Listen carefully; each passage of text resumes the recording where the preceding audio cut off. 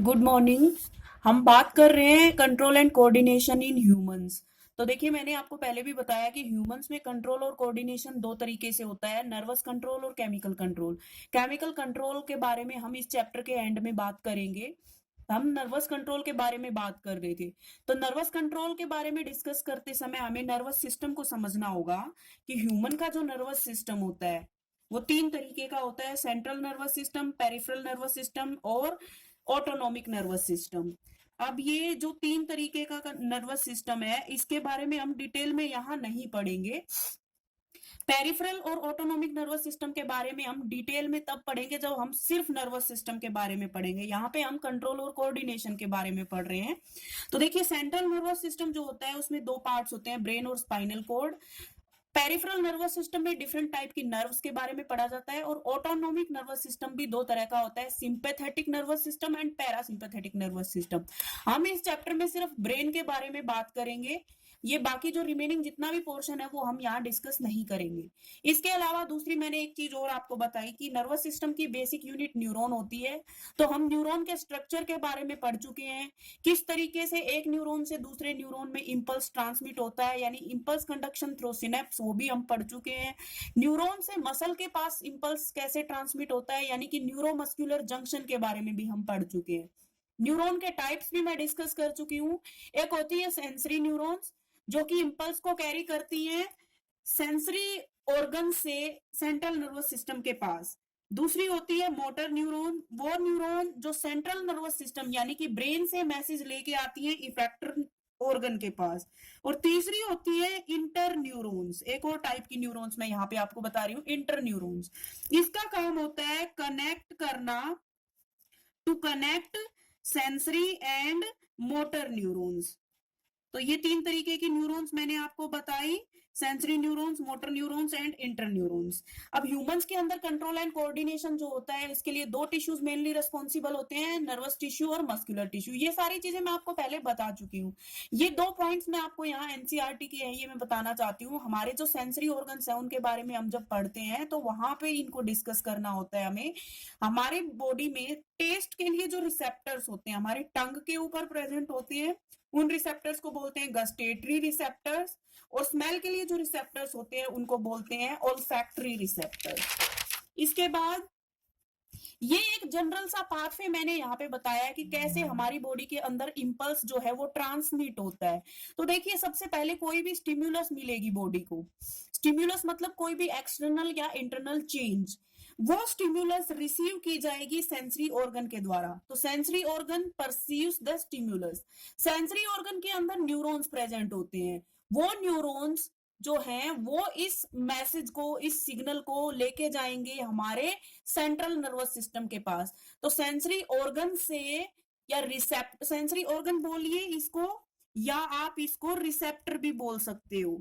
तो sensory organ या जो रिसेप्टर होता है, इससे सेंट्रल नर्वस सिस्टम के पास जो मैसेज को जो न्यूरॉन लेके जाते हैं उनको हम सेंसरी न्यूरॉन बोलते हैं। अब सेंट्रल नर्वस सिस्टम में या तो हमारा ब्रेन होगा या स्पाइनल कॉर्ड होगी। ब्रेन और स्पाइनल कॉर्ड इस मैसेज को रीड करेंगे, इसका एनालिसिस करेंगे और इसके लिए एक रेस्पॉन्स जनरेट करेंगे। वो रेस्पॉन्स सेंट्रल नर्वस सिस्टम से मोटर न्यूरॉन्स के द्वारा लेके जाया जाएगा इफेक्टर ऑर्गन के पास। और इफेक्टर ऑर्गन जो है वो रेस्पॉन्स जनरेट करेगा, इट जनरेट रेस्पॉन्स। अब देखिए, यहाँ पे सेंसरी न्यूरॉन और मोटर न्यूरॉन को मैंने ये ब्लू कलर के पेन से कनेक्ट किया है, ब्लू कलर की इंक से। तो ये जो ब्लू कलर का न्यूरॉन है ये इंटर न्यूरॉन है। यानी यहाँ पे मैंने आपको क्या समझाया कि स्टिम्युलस जो है वो रिसेप्टर के द्वारा या सेंसरी ऑर्गन के द्वारा परसीव किया जाता है। फिर ये रिसेप्टर या सेंसरी ऑर्गन में से सेंसरी न्यूरॉन्स अराइज होते हैं। वो सेंसरी न्यूरॉन्स उस मैसेज को लेके जाते हैं ब्रेन या स्पाइनल कॉर्ड के पास। ब्रेन और स्पाइनल कॉर्ड में मैसेज की इंटरप्रिटेशन होती है। फिर वहां से एक रेस्पॉन्स जनरेट किया जाता है। वो रेस्पॉन्स मोटर न्यूरॉन्स के द्वारा इफेक्टर ऑर्गन के पास लेके आया जाता है और इफेक्टर ऑर्गन्स जो होते हैं वो रेस्पॉन्स जनरेट करते हैं, रेस्पॉन्स शो करते हैं। और दोनों तरह के न्यूरॉन्स, सेंसरी और मोटर न्यूरॉन्स को कनेक्ट करने के लिए मैंने बीच में ब्लू पेन से एक इंटर न्यूरॉन शो किया है। तो ये जनरल पाथवे हमारी बॉडी में इस तरीके से मैसेज जो है पास होता है। इसके बाद एक एंटायरली एक नया टॉपिक मैं स्टार्ट कर रही हूँ यहाँ पे। टॉपिक का नाम है reflex action.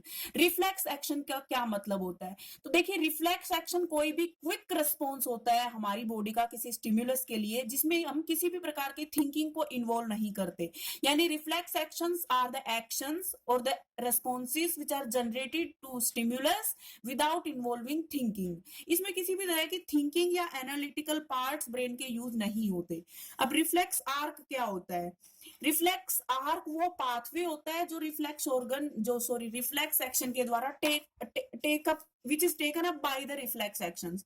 The pathway which are taken up by reflex actions are reflex arcs। मैं रिफ्लेक्स एक्शन का एक एग्जांपल आपको देती हूँ, उससे ही आपको समझ आएगा। रिफ्लेक्स एक्शन का एग्जाम्पल बहुत सिंपल है। देखिए, जब भी हम किसी गर्म चीज को छूते हैं, एक्सीडेंटली बाय मिस्टेक अगर हम किसी चीज को छूते हैं, तो हम सडनली अपना हाथ पीछे की तरफ खींच लेते हैं। इस पूरी प्रोसेस में कहीं भी थिंकिंग इन्वॉल्व नहीं हुई। जैसे ही हमारे हाथ को हीट की सेंसेशन फील हुई, hand suddenly pulled back by us. हमारे द्वारा हाथ को सडनली पीछे खींच लिया गया। ऐसा नहीं है कि पहले हमने सोचा, ब्रेन के पास मैसेज गया कि I am feeling hot, my hand is feeling hot, ऐसा कुछ भी नहीं हुआ है। सिंपली हाथ को हमने पीछे खींच लिया, यानी यहाँ पे कोई थिंकिंग इन्वॉल्व नहीं हुई और बहुत ही क्विक ये रेस्पॉन्स था। तो इस तरह के जो रेस्पॉन्सेज होते हैं उनको रिफ्लेक्स एक्शंस कहते हैं। रिफ्लेक्स एक्शन को हम डिटेल में पढ़ेंगे। पहले रिफ्लेक्स एक्शन के आप कंपोनेंट्स समझिए रिफ्लेक्स आर्क के, कि जो हमने बताया कि रिफ्लेक्स आर्क एक पाथवे है, जो पाथवे रिफ्लेक्स एक्शंस लेते हैं वो पाथवे। जैसे मैंने यहाँ पे इधर एक पाथवे दिखाया है ना, इसी तरह रिफ्लेक्स एक्शन के लिए भी एक पाथवे होगा, उस पाथवे को रिफ्लेक्स आर्क कहेंगे।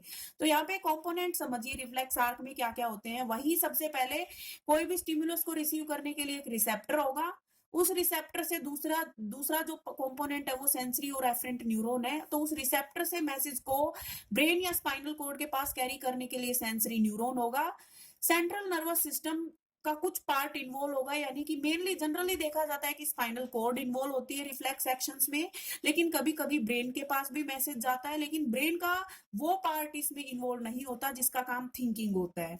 उसके बाद नेक्स्ट पार्ट है मोटर या इफरेंट न्यूरॉन। तो जो हमारे ब्रेन या स्पाइनल कॉर्ड ने उस इम्पल्स को, उस मैसेज को रीड करके जो रेस्पॉन्स डिसाइड किया, उस मैसेज को इफेक्टर ऑर्गन तक लाने के लिए मोटर न्यूरॉन्स होते हैं। और लास्ट है इफेक्टर ऑर्गन, यानी कि हमारा कोई भी ग्लैंड, कोई मसल या कोई ऑर्गन जो कि रेस्पॉन्स को जनरेट करेगा, जो कि रेस्पॉन्स जो है शो करेगा, वो इफेक्टर ऑर्गन। तो यहाँ तक। अब मैं नेक्स्ट वीडियो में आपको बताती हूँ कि कैसे रिफ्लेक्स आर्क के पाथवे को हम स्टडी करते हैं।